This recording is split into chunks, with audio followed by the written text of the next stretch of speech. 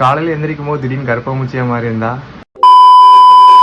Of டே மட்டும் வேலைக்கு போயிட்டு ஆஃப் டேல ஃபுல்லாக ஸ்டோரி எழுதிட்டு திடீர்னு ஒரு ஃபுல் டைம் ஒர்க் கிடைக்கும்போது அங்கே போயிட்டு ஸ்டோரி எழுதுறதுக்கு டைமே கிடைக்காதனால சூசைட் பண்ணிக்கிட்டாரு. அவர் யாருன்னா ஃப்ரான்ஸ் காஃப்கா. இவர் மிகச்சிறந்த எழுத்தாளர். இவர் என்ன பண்ணியிருக்காரு, இவர் ஃப்ரெண்டு கிட்ட நான் எழுதின நாவல்ஸ் எல்லாமே நீ எரிச்சிரு, எதுவுமே பப்ளிஷ் பண்ணிடாத அப்படின்னு சொல்லியிருக்காரு. ஆனால் அவர் ஃப்ரெண்ட் அப்படி பண்ணல, அவர் எல்லாத்தையுமே பப்ளிஷ் பண்ணிட்டாரு. அதுலேருந்து ஒரு புக் கிடச்சி நான் அதை படித்து உங்களுக்கு சொல்ல போகிற ஸ்டோரி தான் உருமாற்றம் அப்படிங்கிற இந்த புக்கு.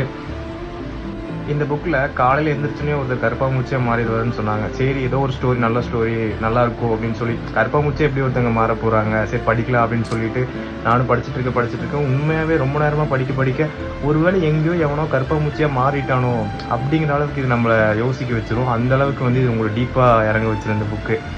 அதே மாதிரி இந்த புக்கை ஏன் படிக்கணும் அப்படின்னு பார்த்துக்கிட்டிங்கன்னா, நீங்கள் டெய்லியும் ஒரு 8 to 9 hours ஒர்க் போயிட்டு ரிட்டன் வீட்டுக்கு குடும்பத்துக்கு கூட டைம் ஸ்பெண்ட் பண்ணிட்டு இதுக்கு ரெண்டுக்கும் இடையில நமக்காக எப்படா நம்ம டைம் ஸ்பெண்ட் பண்ணுவோம், நமக்கு பிடிச்ச விஷயத்தில் எப்படா பண்ணுவோம் அப்படிங்கிற மாதிரிலாம் யோசிக்க வைக்கக்கூடிய ஒரு புக்கு.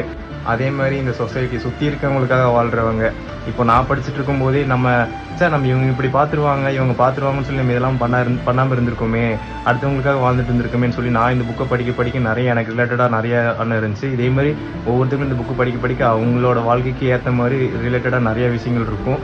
ஸோ அதுக்காகவும் இது படிக்கலாம். அதே மாதிரி இந்த புக்கில் கடைசியாக படித்து முடிச்சதுக்கப்புறம் ஒரு மிகப்பெரிய கேள்வி ஒன்று வரும். என்னென்னா, மனுஷங்கிறதே எப்போ இழக்கிறான் அப்படிங்கிற மாதிரி ஒரு முக்கியமான ஒரு கேள்வி எல்லாத்துக்குமே இந்த புக்கு படித்து முடிச்சதுக்கப்புறம். ஸோ இந்த புக்கை வாங்கி நீங்கள் படித்து பாருங்கள். உங்களுக்கு இதில் நான் சொல்லாத சில விஷயங்கள், நிறைய விஷயங்கள் தெரிய வரும்.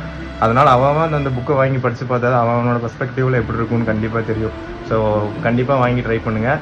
இந்த புக்கை நான் ஃப்ரீயாகவே உங்கள் வீட்டுக்கு டெலிவர் பண்ணுவேன். எப்படின்னா, நீங்கள் என் பேஜை ஃபாலோ பண்ணணும்னு கூட கிடையாது.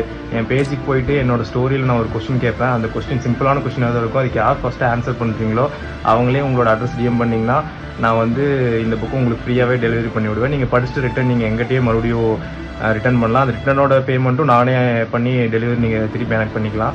ஸோ இது ரொம்ப சிம்பிளான இது தான். அதேமாதிரி இதை நான் வேறு ஒருத்தவங்களுக்கு கொடுத்து படிக்க வைப்பேன். ஸோ இது மாதிரி ஒரு ஸ்ப்ரெட் பண்ணுறது தான். எல்லாருமே ஃபாலோ பண்ணுங்கள். இந்த மாதிரி கொஞ்சம் புக் ரீட்ஸ்குள்ளே இறங்குங்க.